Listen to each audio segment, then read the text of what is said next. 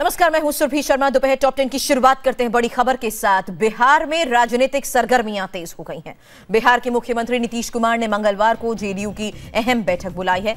11 जुलाई को सुबह 11:30 बजे जेडीयू की मीटिंग होगी, जिसमें जेडीयू के तमाम सांसद और विधायक हिस्सा लेंगे।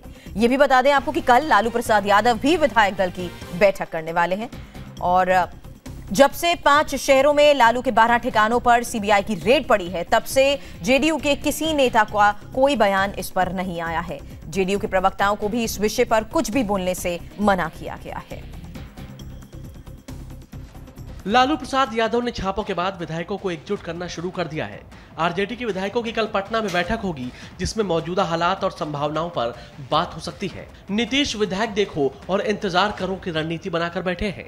जेडीयू ने मंगलवार को अपने विधायकों की बैठक बुलाई है। वहीं अशोक चौधरी समेत बिहार कांग्रेस के नेता लालू से उनके घर पर मिल चुके हैं। मोदी और शाह को घेर कर विवादित बयान दिया था। आज भी कांग्रेस ने छापों पर सवाल उठाए। ईडी और सीबीआई ने अपने को मजाक का निशाना बना लिया है और ये स्पष्ट लगता है कि सरकारी दबाव में वो कर रहे हैं। रोज हम लोग सुनते हैं कि एक ही घर पे कभी सीबीआई छापा मारता है, कभी ईडी छापा मारता है, ईडी बार बार मारता है, सीबीआई बार बार मारती है। तो एक बार के छापे में उनको वो कागजात और वो सबूत नहीं मिलते हैं जो बार बार एक ही घर पे छापा पड़ता है। पटना में भी यही हुआ रहा है और दिल्ली में भी हो रहा है। हम लोग तो बात समझ में नहीं आ रही है। जब से लालू के घर सीबीआई की रेड पड़ी है, बिहार में गठबंधन को लेकर अटकलों का बाजार गर्म है। और जब से लालू और उनके परिवार के करप्शन का बही खाता मोटा हुआ है, तब से ये अटकलें भी लगाई जा रही हैं कि लालू और नीतीश के रिश्ते क्या करवट लेंगे। लालू और तेजस्वी पर करप्शन के ताजा आरोपों पर आज नीतीश अपनी चुप्पी तोड़ सकते हैं। शुक्रवार को पटना समेत 5 शहरों में सीबीआई लालू यादव के अलग अलग ठिकानों पर रेड मारती रही, लेकिन नीतीश इन सब से दूर राजगीर में जमे रहे। वो 2 दिन से इस मामले पर चुप हैं, लेकिन आज पटना लौटने पर वो अपनी चुप्पी तोड़ सकते हैं। उधर लालू ने भी कल यानी सोमवार को सुबह 10 बजे अपने घर पर आरजेडी विधायकों की बैठक बुलाई है। इस बैठक के बहाने लालू अपनी ताकत तो दिखाएंगे ही, ये बैठक नीतीश पर दबाव बनाने की रणनीति भी मानी जा रही है। आरजेडी लालू के घर सीबीआई रेड का ठीकरा बीजेपी के सिर फोड़ रही है। आप अपने पॉलिटिकल अपोजिशन से अगर इन एजेंसीज को, जिनको आपने क्वाज़ाई पॉलिटिकल आउटफिट बना दिया है, तो ये अच्छा संकेत नहीं देता है। लड़ाई तो हम लड़ेंगे, लीगल लड़ाई अपनी जगह, लेकिन पॉलिटिकली आपको हम यह आश्वस्त करना चाहते हैं भाजपा के मित्रों को, अगर आप ये सोचते हैं कि विपक्ष के स्वर को कुंद करने का ये आपने नया तरीका विकसित किया है, ये चलेगा नहीं। सवाल ये है कि आरोपों से बुरी तरह से घिरने के बाद तेजस्वी का क्या होगा। वैसे अब तक नीतीश की छवि बेहद ईमानदार नेता की रही है।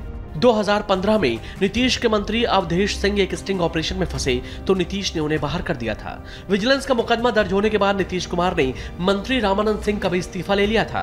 2011 में बीजेपी कोटे के मंत्री रामाधार सिंह के खिलाफ मामला सामने आने के बाद उन्हें बर्खास्त कर दिया गया था। और तो और 2005 में मुख्यमंत्री बनने के 4 घंटे के अंदर नीतीश ने भ्रष्टाचार के एक पुराने मामले में नाम आने पर अपने कैबिनेट मंत्री जीतन राम मांझी का भी इस्तीफा ले लिया था। लेकिन तेजस्वी के मामले में कार्रवाई तो दूर, नीतीश और उनकी पार्टी की तरफ से अब तक कोई बयान भी नहीं आया है। समझा जा सकता है कि नीतीश के सामने कितनी बड़ी मुसीबत है। बिहार बीजेपी के नेताओं ने भी सीबीआई छापे में लालू के कुनबे की अवैध संपत्तियों पर निशाना साधा है। बीजेपी नेताओं ने कहा कि भ्रष्टाचार के खिलाफ जेपी का साथ देने वाले लालू आज सिर से पांव पर भ्रष्टाचार में घिरे हैं। ऐसे में जनता तो पूछेगी कि उन्होंने इतना बड़ा साम्राज्य कैसे खड़ा किया। जैसा वो खुद बोलते थे कि मैं तो गरीब का बेटा हूँ, खाने के लिए भी मुझको कभी कभी आफत हो जाता था, और आज 1000-2000 करोड़ की संपत्तियों का मालिक हो गए। यह अवैध संपत्ति कहाँ से आई, बिहार की भी जनता जानना चाहती है और भारतीय जनता पार्टी भी जानना चाहती है। इतना तो उजागर हो ही गया है कि इनके पास अवैध संपत्तियाँ अकूब है। लोग जितने आज नेता हैं बिहार में, सबसे बड़े बड़े नेता लोग हैं, उनका जन्म हुआ था भ्रष्टाचार के खिलाफ में, जयप्रकाश जी के आंदोलन के समय में हुआ था। लेकिन ये कोई सोच नहीं सकता था कि जो व्यक्ति कांग्रेस के खिलाफ में भ्रष्टाचार के विरोध में लगे और वो आदमी इतना गर्दन तक डूबा हो, गर्दन तक नहीं, नाक से ऊपर पानी बढ़ रहा है। तो जनता तो पूछेगी ही ना, जनता तो जानेगी ही ना। और यह तो निश्चित रूप से है कि वह जो भी संपत्ति मैंने अर्जित अगर किया ऐसा, तो वह जनता के हक के कमाई को मार करके किया, जनता के हक हुकूक को मार करके किया, जनता का शोषण कर करके किया। अगर जनता का शोषण नहीं अगर किया रहता तो कौन ऐसा रास्ता है कि जो ऐसे आप कुछ संपत्ति कमा सकते हैं। कानून अपना काम कर रही है, लेकिन लालू जी का आरोप है कि बीजेपी इसको जानबूझ के कर। कोई बीजेपी कुछ नहीं कर रही है, बीजेपी का कोई हाथ नहीं है, कानून काम कर रही है। इस वक्त की एक और बड़ी खबर, हरियाणा के बल्लभगढ़ के जुनैद हत्याकांड में पुलिस ने बड़ा खुलासा किया। अब तक की जांच से पता चला कि जुनैद की हत्या सीट के लिए हुए झगड़े के बाद की गई थी। कल ही जुनैद हत्याकांड के मुख्य आरोपी को जीआरपी ने महाराष्ट्र के धूले से गिरफ्तार किया, जिसके बाद पुलिस ने यह खुलासा किया। गिरफ्तार किए गए मुख्य आरोपी का नाम नरेश है। वो मूल रूप से पलवल का रहने वाला है। नरेश दिल्ली में ही एक सिक्योरिटी एजेंसी में गार्ड का काम करता है और वारदात के बाद से फरार था। इस मामले में अब तक कुल 5 आरोपियों को गिरफ्तार किया गया। ये भी बता दें कि पूछताछ में मुख्य आरोपी नरेश ने जुनैद को चाकू मारने की बात कबूल कर ली है।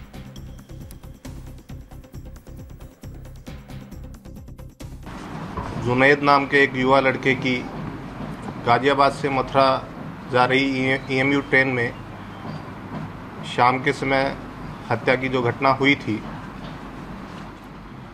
उसमें कल राजकीय रेलवे पुलिस हरियाणा ने जो मुख्य आरोपी है जिसने चाकू मार के जुनैद की हत्या की थी और उसके 2 भाइयों को घायल कर दिया था, उसको हमारी टीम ने साकरी जिला धुले महाराष्ट्र से कल अरेस्ट किया है।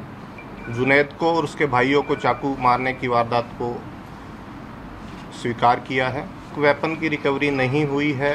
पूछताछ में इसने ये माना है कि ये चाकू इसी के पास था। 3 दिन के रिमांड पे अभियुक्त को लिया जाएगा। वारदात को हुए 15 दिन हो गए हैं, तो ये ज़रूरी है कि अभियुक्त से लगातार साइंटिफिक तरीके से पूछताछ की जाए। बीफ की जो बात है, जो मीडिया में पहले भी आई है, इस तरह की बात अभी तक किसी अभियुक्त की पूछताछ में और किसी भी इवन कंप्लेनेंट ने भी जो पुलिस को स्टेटमेंट दिया है उसमें ऐसी कोई बात नहीं। लेकिन मीडिया के कैमरे वहाँ पर लगते हैं तो वो बीफ की बात वहाँ पर आती है, तो हम देखिए हमें जो उन्होंने स्टेटमेंट दिया है, जो रिटर्न में स्टेटमेंट है, उसमें बीफ की कहीं कोई बात नहीं। तो आरोपी ने हत्या की बात को कबूल किया है और इस बीच जो बड़ी खबर आ रही है उसके मुताबिक जुनैद के हत्यारे को 2 दिन की पुलिस रिमांड पर भेज दिया गया है। आपको यह भी बता दें कि जुनैद के हत्यारे की गिरफ्तारी पर उसके परिवार ने संतोष जताया है और आरोपी को फांसी की सजा देने की मांग की है। बीफ जो है वो इस तरीके के शब्द यूज किए गए और उसके बाद उसका हत्या की गई, लेकिन अब पुलिस इस बात से मना कर रही है कि झगड़ा जो है वो सीट को लेकर था, लेकिन बीफ का कोई मैटर नहीं था। नहीं, सीट तो मेरे बच्चे ने दे दी थी उस बुजुर्ग को जो बैठने के लिए कह रहा था। मेरे बच्चे ने सीट छोड़ दी थी। वो गाली दे के बोले थे, लफ्ज़ उल्टे बोले थे उसको, ये मुल्ला बैठे हैं, ये बीफ खाते हैं, ये मीट खाते हैं, ये मुल्ला है, मारो इनको, ये करो, सीट छोड़ो। सीट तो मेरे बच्चे ने छोड़ दी थी। आप बैठ जाइए, आप उल्टा मत बोलिए। हमारे बच्चे मरने वाले ने, जुनैद ने सीट उसको दे दी थी। उस सीट के बावजूद भी, देने के बाद भी फिर भी वो नहीं माने। कोई धक्का मार रहा, कोई घूंसा मार रहा, कोई लात मार रहा। सारे बल्लोगड़ के साथ, बल्लोगड़ तक जब तक ट्रेन आई, जब तक ऐसे ही हादसा होता रहा। किसी उस बोगी के अंदर कम से कम 200-150 आदमी तो होंगे ही होंगे। किसी ने ये नहीं कहा इन बच्चों को मत मारो।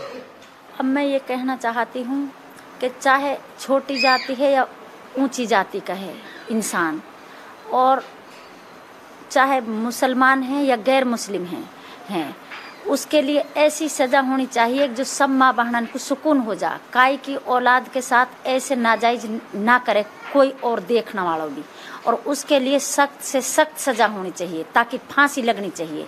जैसो आइंदा इस बात के रुकावट हो जावे। मेरा तो अब गयो, लेकिन जो और जिन माँ बहनन के बाहर भीतर चल रहे फिर रहे हैं वो ये बात बेखौफ हो जावे। अब ऐसे नहीं होएगा। भाई लोग आ रहे थे दिल्ली से, तो इन्हीं की हो रही थी, उनको छेड़छाड़ कर रहे थे।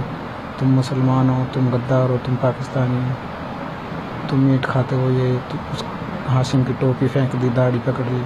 जैसे ट्रेन में चढ़ा उन लोगों ने मुझे पकड़े, खींच लिए, तो सब लोग मारने लगे। एक की हत्या कर दी, एक ज़्यादा सीरियस है, एक जख्मी है। तो अब दिल में ये खौफ तो होता ही है। अगर हम बाहर निकलेंगे तो इसी तरह हमारे साथ होगा। तो हम ये चाहते हैं कि ऐसे किसी के साथ नहीं होना चाहिए, और हम इंसाफ चाहते हैं, और उस जालिम को फांसी होनी चाहिए। सरहद पर फिर दिखा भारतीय सेना का पराक्रम। पुंछ से एक वीडियो आया है जिसमें भारतीय हमले में पाकिस्तानी पोस्ट तबाह होते नजर आ रही हैं। एक के बाद एक धमाके और पल भर में ही ध्वस्त हो गए सरहद के पास बने पाकिस्तानी पोस्ट। भारतीय गोले बरसते ही पाकिस्तानी बंकर में आग लग गई। ये पाकिस्तानी पोस्ट पीओके में थी। ये बदला है उस पाकिस्तानी फायरिंग का जिसने पिछले 2 दिन से सरहद पर बसे गाँव में दहशत फैला रखी है। इस नापाक फायरिंग में करमारा गाँव के फौजी मोहम्मद शौकत और उनकी पत्नी की मौत हो गई थी और उनकी 3 बेटियां जायदा, रुबीना और नाजिया घायल हो गई थी। जहाँ से ये फायरिंग हो रही थी उन बंकरों को हिंदुस्तानी सेना ने तबाह कर दिया। दीवार पर पाकिस्तानी गोलियों के निशान, बर्तन पर गोलियों के निशान, बम बारूद और गोलियों के बीच घरों में कैद है जिंदगी। मासूमों के हाथ में मोर्टार हैं, घर की दीवारें टूट चुकी हैं और धमाकों के बाद तहस नहस हो चुका सामान। ये तस्वीरें इस बात की तस्दीक करती हैं कि जम्मू कश्मीर में सेना के ऑपरेशन दहशतगर्द से पाकिस्तान बौखलाया हुआ है और उसी बौखलाहट में रिहायशी इलाकों पर गोला बरसा रहा है। बीते 40 दिन में पाकिस्तानी सेना अब तक 23 बार सीज फायर का उल्लंघन कर चुकी है। नापाक फायरिंग के दौरान 2 बार आतंकी घुसपैठ की कोशिश कर चुके हैं, लेकिन भारतीय सेना दुश्मनों को दम निकालने के लिए कोई कसर नहीं छोड़ रही है।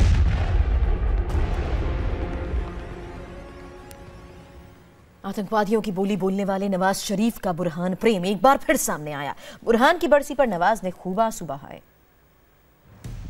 हिजबुल के कमांडर बुरहान वानी के एनकाउंटर की बरसी के मौके पर नवाज शरीफ ने आतंकी को श्रद्धांजलि दी। एक बार फिर पाकिस्तानी पीएम नवाज शरीफ ने आतंकी बुरहान वानी को हीरो की तरह पेश किया। बुरहान की बरसी पर पाकिस्तान के सेना प्रमुख कमर जावेद बाजवा ने भी बुरहान वानी को श्रद्धांजलि दी और बुरहान राग अलापा। नवाज शरीफ ने कहा, बुरहान वानी की मौत ने कश्मीर की आजादी के आंदोलन में एक नई जान डाल दी है। कश्मीर के लोग अपने आंदोलन को तर्कसंगत अंजाम तक ले जाने के लिए दृढ़ हैं। भारत सेना के जरिए लोगों की आवाज को नहीं दबा सकता। बुरहान को नवाज शरीफ की श्रद्धांजलि ने एक बार फिर पाकिस्तान का दोगलापन दुनिया के सामने ला दिया है। दरअसल कश्मीर घाटी में भारतीय सेना और सुरक्षा बलों के कड़े रुख के बाद न सिर्फ आतंकी बल्कि आतंक के आका भी बौखला गए हैं। बुरहान के बाद हिजबुल और लश्कर जैसे आतंकी संगठनों के जितने कमांडर बने वो सब सुरक्षा बलों की गोली का शिकार बन चुके हैं। जिस तरह से भारतीय सुरक्षा बल चुन चुन कर आतंकियों का सफाया कर रहे हैं, उसके बाद पाकिस्तान के हुक्मरानों में भी खलबली मच गई है। कानपुर में 2 मंचलों को सड़क पर एक लड़की से छेड़खानी करना महंगा पड़ गया। लड़की की बहन ने दोनों मंचलों की सड़क पर जमकर खबर ली। मैंने बोला पीछा क्यों करेगा, अच्छी लग रही थी पीछा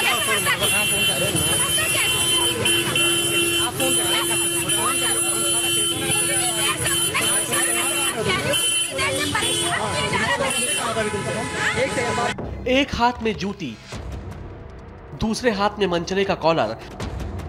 न एंटी रोमियो स्क्वाड न ही कोई खाकीदारी। 20 सड़क पर मंचलों को कुछ ऐसे ही सबक सिखा रही है ये मर्दानी।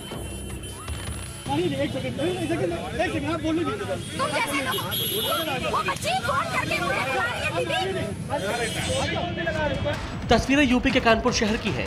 नजीराबाद इलाके में पीड़ित लड़की टेम्पो से जा रही थी, तभी बाइक सवार दोनों आरोपियों में से एक टेम्पो में सवार हो गया। रास्ते में छेड़खानी करने लगा। पीड़ित ने जब विरोध किया तो मंचले ने धमकी देनी शुरू कर दी। मंचले जबरदस्ती पर उतारू हो गए थे, लिहाजा पीड़ित लड़की ने अपने बहनोई को फोन किया, जिसके बाद मौके पर पहुंची उसकी बड़ी बहन ने मंचलों को जमकर पीटा। Welcome back. शनिवार की रात शामली की पुलिस ने एनकाउंटर करके बावरिया गिरोह के 4 लोगों को गिरफ्तार किया। जब उनसे पूछताछ हुई तो चौंकाने वाली तस्वीरें सामने आई।